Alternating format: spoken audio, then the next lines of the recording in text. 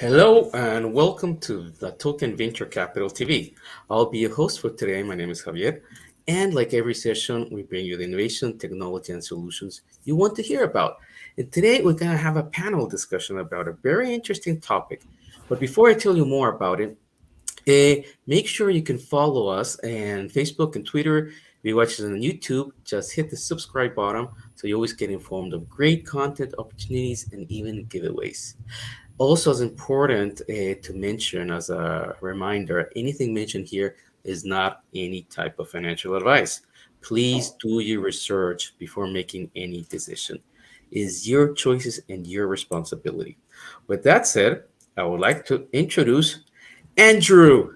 Andrew Adcock, how are you? Welcome. I'm very well, thank you. Thank you for having me, Xavier. No, thank you for being with us. Andrew, today we have an interesting topic. It's about how to tokenize your startup. And this is good for investors and for company founders as well. Now, before we jump onto this topic, can you please introduce yourself and the company you represent? Yes, certainly. So I am Andrew Adcock. I'm one of the co-founders of Crowd for Angels. We are a regulated crowdfunding platform here in London. We've been in existence since 2014, and in that time, we funded many young companies on their journey to success. And we've also taken an active role in the blockchain space. So since 2014, we've allowed companies to raise capital for their blockchain projects. In 2016, we were one of the first regulated companies to have a payment gateway for crypto payments. So you could invest using your Bitcoin, even if you're in Australia. And in 2018, we started with effectively the promotion and sale of security tokens. And since then, we've been doing some very, interesting things with technology, whether it's custody tokens in insured facilities whilst they're held by investors to secondary markets and things of that nature.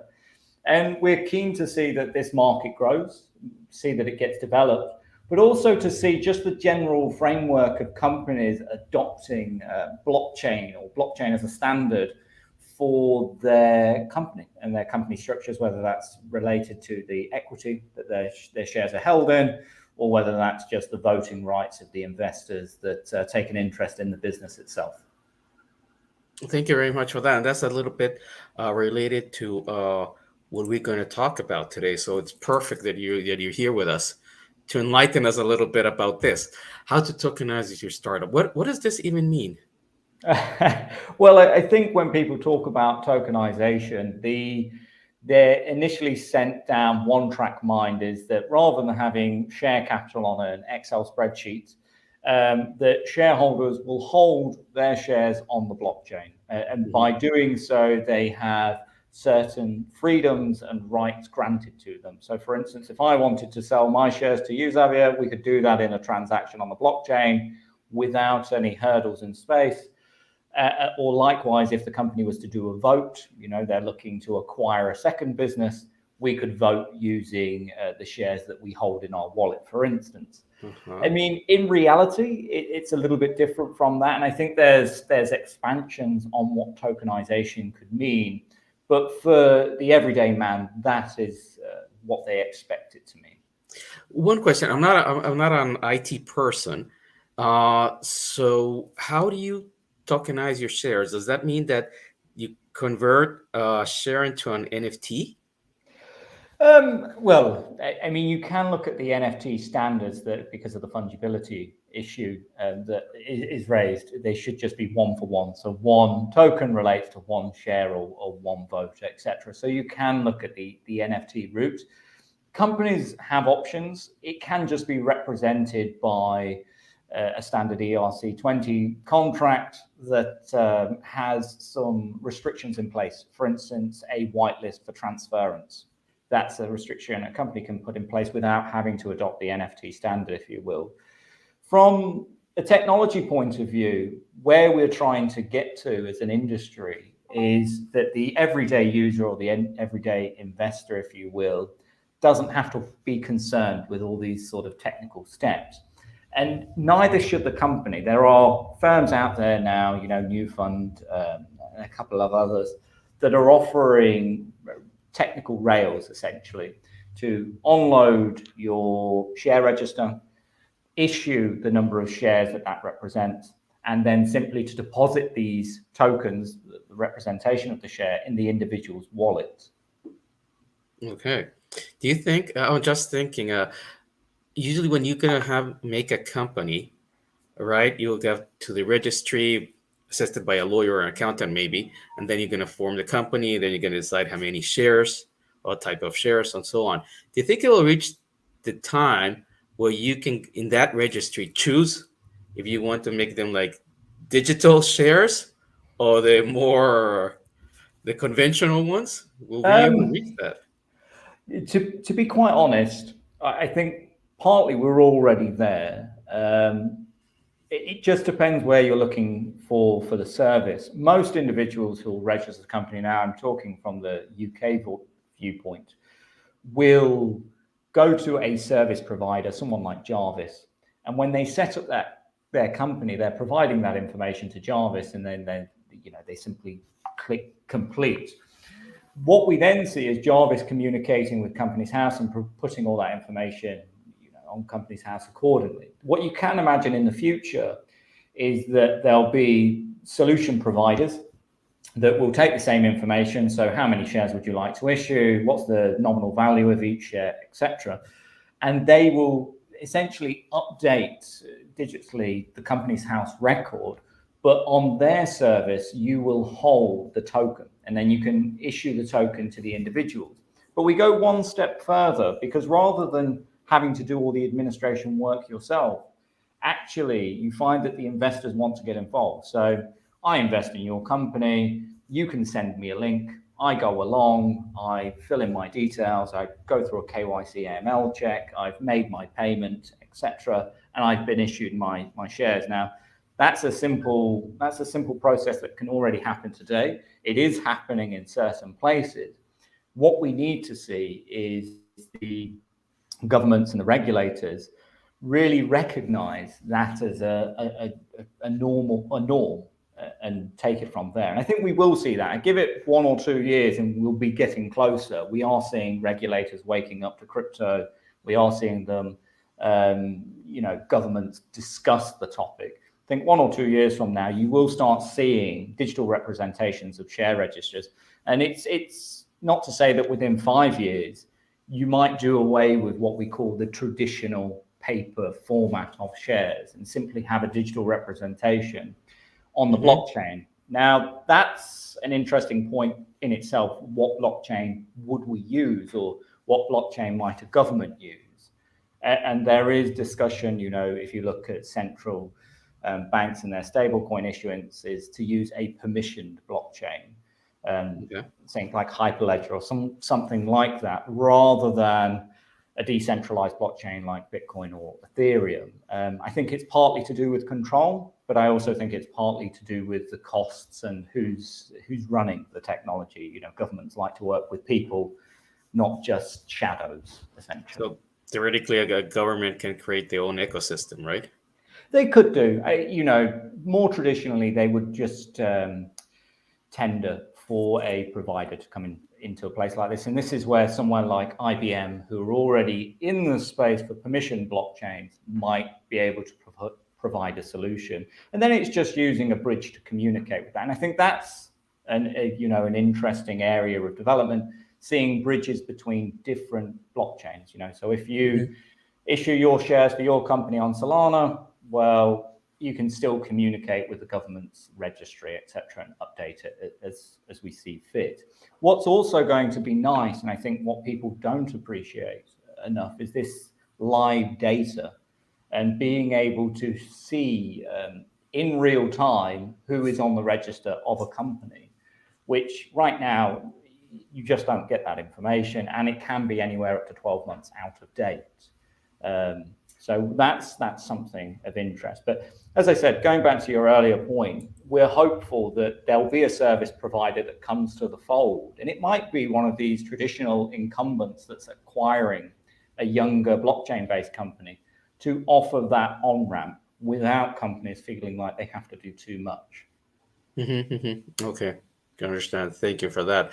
Now, Andrew, as you are actually working in a company that's dealing with crowdfunding, and we have viewers today that will be founders or have going to start have a startup. Eh, how does this? How do these two things mix? For example, I have a startup and I want to pitch my idea out there.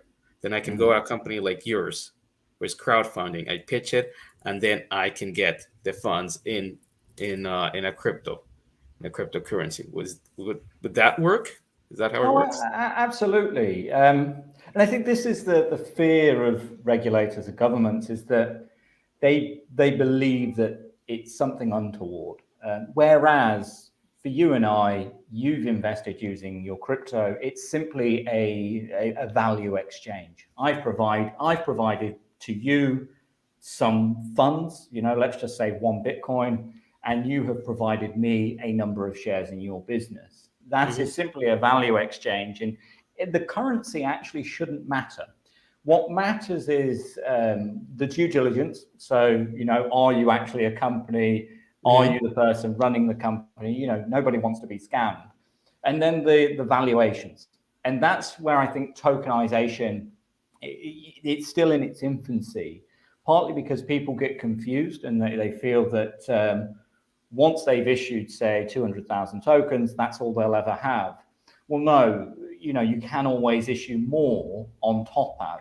It just has to follow the valuation of the company. It has to be denoted in a currency. And for now, we're still very much denoting them in fiat standards. Even if we look at CoinGecko or somewhat, the token, you'll always compare Bitcoin to USDT. Yeah. And that's a similar principle as we would do now. So we would look at, for instance, a share might be 2 USDT each. And if I invest 1 Bitcoin, if you divide it by the price on the day, that's how many shares I will get. But going into the future, you would hope that when you come to a crypto standard, whether it's Bitcoin, Ethereum, Solana, whatever it might be, is that you are simply exchanging value for value. And that's where it will go. But from the company's point of view, it's making sure that one, that they are a genuine company, just like any fundraising. When you're a startup, what are you tokenizing? Are you tokenizing the equity in your company and selling it? Or are you tokenizing the voting system in your company so people can vote for things to happen? Are you tokenizing a loan because you don't want to sell equity at this stage? You're a little bit more developed as a company and you just want to get a loan from the community, etc. And then you just follow the standard rules. And there's already prescriptions there in terms of regulations, in terms of financial offerings, who you can make the offer to, what checks you should do on the individuals, what steps you should take to protect them, etc. But if you start with that initial question is, what am I tokenizing? You can then, value it, make a denotion of it, etc. And from your experience, Andrew, uh, these companies that want to tokenize it, are they tokenizing more the equity or the voting rights? So certainly in 2018, 19, even 20, I would say very much it was about the equity, and people saw that as the sort of the only thing to tokenize. The voting rights has came more with DAOs and this idea that potentially a charitable organization could look to purchase an asset. We saw the recent, well, the try to buy the American document, and then have a vote on how you can run the company or what you can acquire or where it should be stored, etc. So they're in 21, 22, we've seen more of the tokenization of voting systems. And there's a good reason for that. Partly voting isn't a security. And so from a regulatory point of view, if somebody just wants to essentially pitch in, they don't have to go through the same level of checks. The company doesn't have to retain all the details, etc. And they don't have to inform Companies House of any changes. Mhm. So that's why voting systems, tokenized voting systems, have provided some value to the community, and they are good ways of creating consensus mechanisms for businesses when you've got a diverse crowd, because we've all been there. You've missed an email, you've missed a phone call, and a decision has been made. Whereas, if you're given a window, let's just say 7 days, 10 days, 14 days, and a vote is publicly available and you hold that token, to be able to vote on that option, I think is quite valuable to a lot of, not investors, but just stakeholders. We're all fans of something, and if you could have a say on that, I think that's what's important. And if you look at something like a football club, for instance, you are now seeing fan tokens. So they might not have a monetary value. You might not gain a dividend from the company, from the football club, but you could say, what sponsorship they might accept, or what the ground should look like, how they could paint the seats, for instance. So there's lots of community engagement that can be driven by tokenizing the votes within a company, not only just tokenizing equity or debt in that instance. Yeah, that's interesting. I've seen that. I think it was, if I'm not wrong, I think it was Real Madrid who was doing that. That actually, you can vote a little bit on the uniforms that they're going to use, and you get certain perks, maybe some VIP treatment, some things like that. Exactly. And the other good thing is with it that you're all equal in a voting. Well, if you hold more votes or less votes, but I mean, you're all equal. You all get a chance to, vote with your feet effectively. And because it's online and it's via a digital mean, and you have a period of time to interact with it, it's also a way to get the majority of holders to be able to interact. I mean, we've done transactions before with crypto, and we've seen 95, 97% involvement from a community. Now, that's simply unheard of if I went down an Excel spreadsheet and tried to send everybody an email. You just won't get that involvement. But I find with the crypto space, the blockchain space, you get a lot more community support, a lot more community involvement, but also just interest. Because they're on this digital medium, you can find that the individuals want to support the project. They want to see things going forward. The only thing you have to be conscious of, and I guess this is something, is one, it's a meaningful token for voting. There's no point in just creating a token for no purpose. And two, the costs. When a business is looking to tokenize, we're still very young. Whilst I might be able to set up my business now for £15, £25, and I can go to a crowdfunding platform and look to raise funds relatively cheap with fees on success. If I'm looking at a tokenization path, suddenly I've got legal costs, I've got the tokenization costs, I've got promotion costs, I've got to consider if there's any damage to it, whether the smart contract is suitable, etc. So we're still very early, and I think anybody going down this route has to consider that. But it's an exciting arena, and if you think of how many companies just alone in the UK get registered every year, you can imagine the size of the market that's awaiting a firm that can really crack it. Definitely. And I see also a trend, especially for blockchain companies. They would just go and register their companies in the offshore jurisdictions, right? And Cayman and BVIs and so on, because it's like international, practical, done online. So I see a trend there as well. This is interesting. And to our viewers, you are able to address your questions, comments. We will have them here. It's a great opportunity to get to know more about this specific topic of how you can tokenize your startup. Thanks to Andrew. And we have one interesting question from Pascal. She's asking, how about tokenizing the government's votings? Well, Pascal, I would say that it would make them certainly more accountable, right? There wouldn't be any call of ballot fixing or not counting ballots that came via post, etc.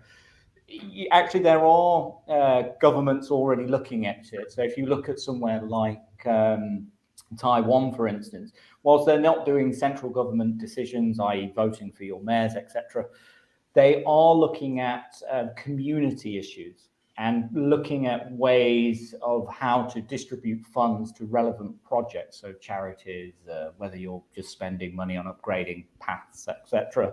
And their model is working by taking in the community, because they are the stakeholders, they are there, they're using the facilities, and asking them to vote digitally on causes, concerns, funding, etc. And the benefit of that from a government point of view, again, they have that window of opportunity. It's usually longer than a day. In their case, sometimes it's up to a month. But they get to see who's interacted with the system. Where there hasn't been an interaction, they can obviously go back to that individual and ask them why haven't they interacted, and pester them to interact. But as well, as I said, it's that accountability. You get immediate feedback. And that's what I think is important for trust.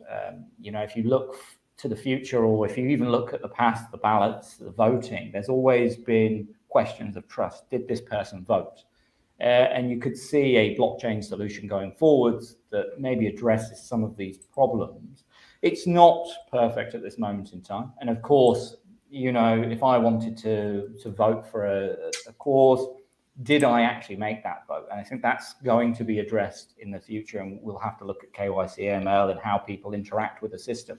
But if we look at it now, you can see that there are obvious benefits. But it also could just be a case of polling, whether you're polling for something and you want to see what's the opinion amongst the community, rather than having to make just a decision, can we find the opinion on this change? And then that, if it's a positive opinion, you could look at it further. If it's not positive, you can head it off quickly, and you reduce the costs accordingly. So I'd love to see the government, engage in something like this, and I do see it going there. I mean, that's why I said regulators are now talking about it. We're talking about these central bank digital currencies.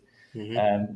We see the president's working group coming out with information just yesterday about this sector. So it is on people's minds. It's on the global mind. You can pick up any newspaper and there's something about crypto now, and we have to wake up and be conscious to that. Okay. Very good. Thank you, Andrew. Another thing that I was thinking about when we were talking about tokenizing a startup, and you can tokenize the shares or the voting rights, but let's focus on the shares. Is this good for any type of company, or do you think more should be this is more directed towards the startups and the startups related to blockchain? It's a very good question. I mean, initially, I would certainly say all companies. It's just a share register at the end of the day. For a company, a digital share register online will certainly benefit them more than having an Excel spreadsheet. If anything, I would say the larger companies right now should be focused more on this area. One, because they can look at the cost, the development costs, etc. Two, they've got real world case studies that they can utilize, and they will also have daily, if not weekly, changes to their share register, etc., that they have to consider. So I think it's more likely large companies could benefit right now from this technology. But going forwards, 3-5 years, once we see these providers coming out, that's when a startup will be certainly benefiting from this technology. But right now, I'd say it's large companies that would benefit more, or international companies. So if I'm starting a company here in the UK, we're very crypto focused, my customer base is global, having a digital register of my shareholding is going to be far superior than just having an Excel spreadsheet, because then somebody from Australia or America, India can get involved. And it treats them all fairly. It treats them the same. We're all one world, effectively. And let's say that it's not a startup, that this company has been in the market, let's say, for 10 years, can be an international company. Would you recommend for them to tokenize their shares? Absolutely, do it tomorrow.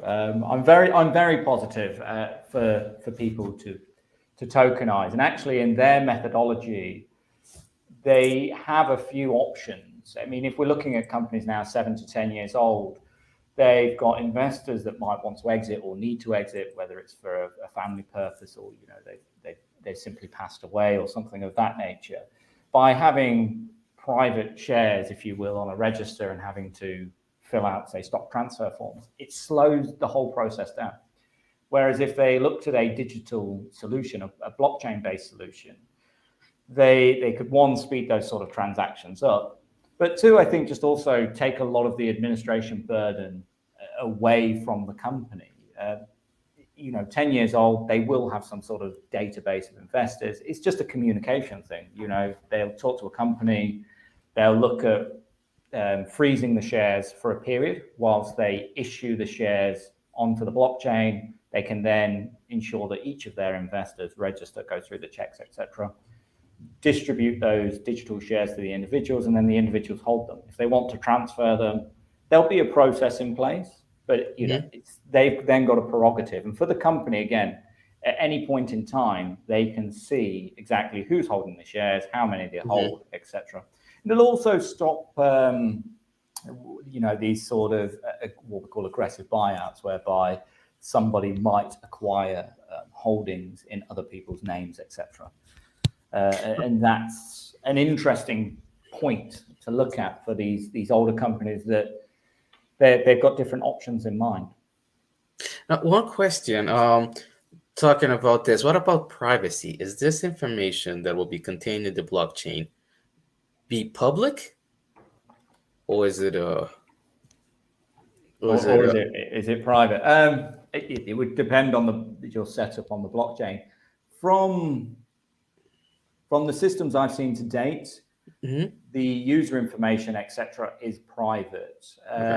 Some will reveal wallet addresses, but there are things, and certainly, I know Ethereum's working towards it, where, well, they've already done, I know Bitcoin's brought something in whereby they only share a single wallet address rather than the train of addresses. So there is a possibility right now that if I've got some shares and they're in my wallet, that people could link that wallet to me if I did other transactions in the same wallet.